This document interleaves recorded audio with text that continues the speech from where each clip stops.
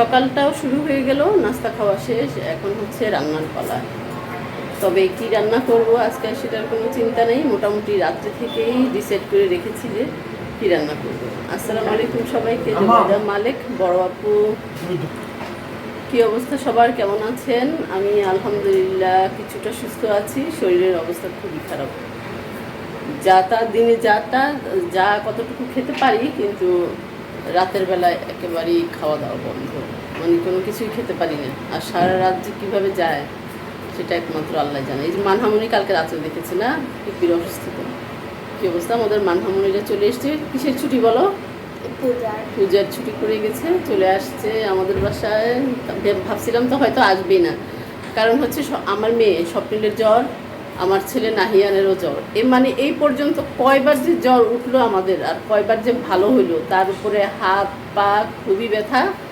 ফারজানার অবস্থা তো আরও খারাপ, মানে ও তো এমনিতেই 12 মাসের মধ্যে 13 মাসের রুগী, তার উপরে জ্বর হয়ে ওর অবস্থা আমার চাইতেও বেশি খারাপ।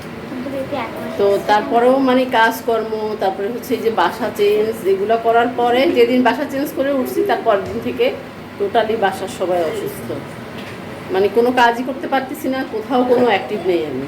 এটাই হচ্ছে কিন্তু ওই যে দুষ্টুমি করতেছে সবগুলো মিলে।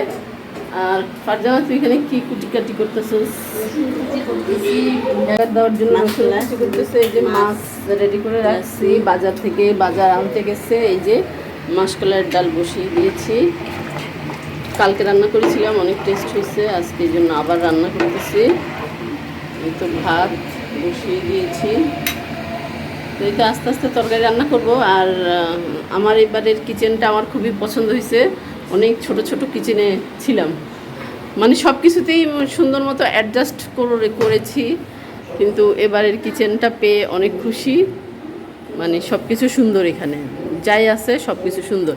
ভাড়া বাসায় এরকমটা আসলে আমাদের এই এলাকায় কেউ না বলা ছাড়া বা নিজেরা অ্যাডভান্স করে টাকা না দেওয়া ছাড়া আসলে এরকম করে দেয় না, না রে শান্তা? তো এই যে ক্যাবিনেট সুন্দর করে দিয়ে দিচ্ছে, হ্যাঁ, মানে উনি খুবই ভয় পাইছে, ওনার কোন ভাড়াটিয়া ওয়াল সব ফুটা করে ফেলছে, সেই জন্য আমাকে বলতেছে আমি আপনাকে ক্যাবিনেট করে দিছি, আপনি যা আছে সব ক্যাবিনেটে ঢুকাবেন। তো আমার জন্য খুশি হয়েছে। আর হচ্ছে এই তোমরা এখানে কি করো? আর এই যে এখানে হচ্ছে ক্যাবিনেট করে দিচ্ছে ইয়ে রাখার জন্য, ওভেন রাখার জন্য। তো আস্তে আস্তে ওভেন কিনবো, এখনও আমার তো ঘরে বরাবরই ফার্নিচার কম। তো এই যে এখানে এই যে হচ্ছে আমার এখানে ইয়ে নেই, সোফা নেই, তো আস্তে আস্তে এই যে সবই করবো। হ্যাঁ হ্যাঁ, মাছটা একটু ধুয়ে ফেল। তো কী অবস্থা মান্নাফ, খালি গায়ে কেন? আচ্ছা না, ঠিক আছে যাও। এখানে রত্না কি করতেছে? রত্না পড়ালেখা নিয়ে ব্যস্ত নাকি? রত্ন হচ্ছে পড়ালেখা নিয়ে ব্যস্ত। এটা হচ্ছে আমার রুম। এই যে বরাবরই আমার শখের বারান্দা থাকে, এই বারান্দাটা রেখেছি আমি ভিডিও বানানোর জন্য।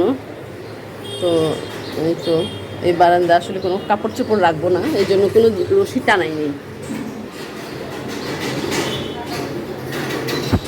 তো এটা হচ্ছে আমার রুম আপাতত। এখনও সব কিছুই এলোমেলো, কারণ আসার পর থেকে যেহেতু অসুস্থ, তো যার জন্য কোনো কিছুই গোছানো হয়নি।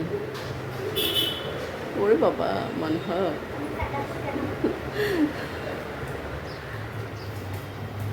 আর বড় বাসার জন্য আসলে ফার্নিচারও বড় লাগে, তাই না? তো ফার্নিচার তো কোনো কিছুই নেই, যা আছে সব কিছুই আমার কিছু নেই। তো এখন আমার বানানো লাগবে আর কি সব কিছুই। তো এই তো আল্লাহ তাআলা কবে পুরোপুরি সুস্থ করবে সেটা একমাত্র আল্লাহ জানে। খালি জ্বর হওয়ার পর থেকে খালি বমি, হাত পা ব্যথা, বমির জন্য কিছুই করতে পারি না, মাথাটা ঘুরে যায়। যখনই বমির একটা ভাব আসে, হ্যাঁ ঠিক আছে মাছ তো ঠিক আছে, যখনই বমির একটা ভাব চলে আসে তখনই একেবারে মাথাটা ঘুরে যে কেমন যে লাগে। বিশেষ করে রাতের বেলায় বেশি খারাপ লাগে, দিনের বেলায় যা তা, রাতে একটু বেশি খারাপ লাগে। তো জানালার সামনে দাঁড়িয়ে মানুষজনও দেখা যায়, মানুষজনও দেখি।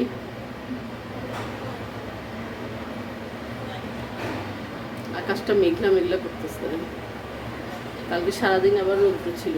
আর আমাদের বাসা পাল্টানোর সাথে সাথে মনে হচ্ছে সবারই বাসা পাল্টানোর হিড়িক পড়ে গেছে। প্রতিদিনই দেখতেছি লোক আসতেছে, মানে এই সাইডটাতে আমরা যে সাইডে থাকি সেই সাইডে মানে প্রতিদিনই লোক আসতেছে, প্রতিদিনই লোক আসতেছে, নতুন নতুন ভাড়াটিয়া আসতেছে।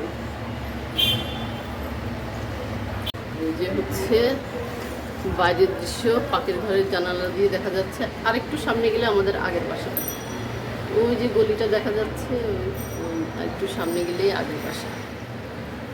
ওই বাসাটাকে অলওয়েজ মিস করার কারণ হচ্ছে ওই বাসাটায় আম্মা মারা গেছে, ফারজানার মেয়ে মারা গেছে। যেহেতু আমাদের ঘরের 2জন সদস্যই আমাদের ওই পুরান বাসাটায় মারা গেছে, যার জন্য ওই বাসাটাকে সবসময় মিস করবো। আর আমরা যেহেতু ভাড়া থাকি এক জায়গায়, তো আসলে থাকা যাবে না সব সময়। এখানে একটা মেহেদি গাছ আছে, এটাই হচ্ছে বাস্তবতা। অনেক কষ্ট করে আসলে ছেড়ে আসতে হয়েছে, কি আর করা। হয়তো বা ওইটারও এফেক্ট আছে, মানে মনের মধ্যে একটা এফেক্ট করছে, হয়তো বা মনের মধ্যে ওইটারও একটা এফেক্ট করেছে, যার জন্য আসলে অসুস্থ হয়ে গেছি বেশি। ওখানে থাকলে মনে হইতো আমার আম্মা আছে, এরকমটাই মনে হইতো। হ্যাঁ, কোনটা চিরুনি ইয়েতে রাখছি দেখো, ওই যে বইয়ের তাকের উপরে দেখো। আর আসলে যত ক্যাবিনেট থাকুক না কেন, কাজকর্ম করতে গেলে এই যে সব কিছু এলো মেলো, পানি, কি একটা অবস্থা হয়ে থাকে। মানে গোছানো, মানে একেবারে খাওয়া দাওয়া কমপ্লিট করার পরে তারপরে আর কি একদম গোছানো থাকে।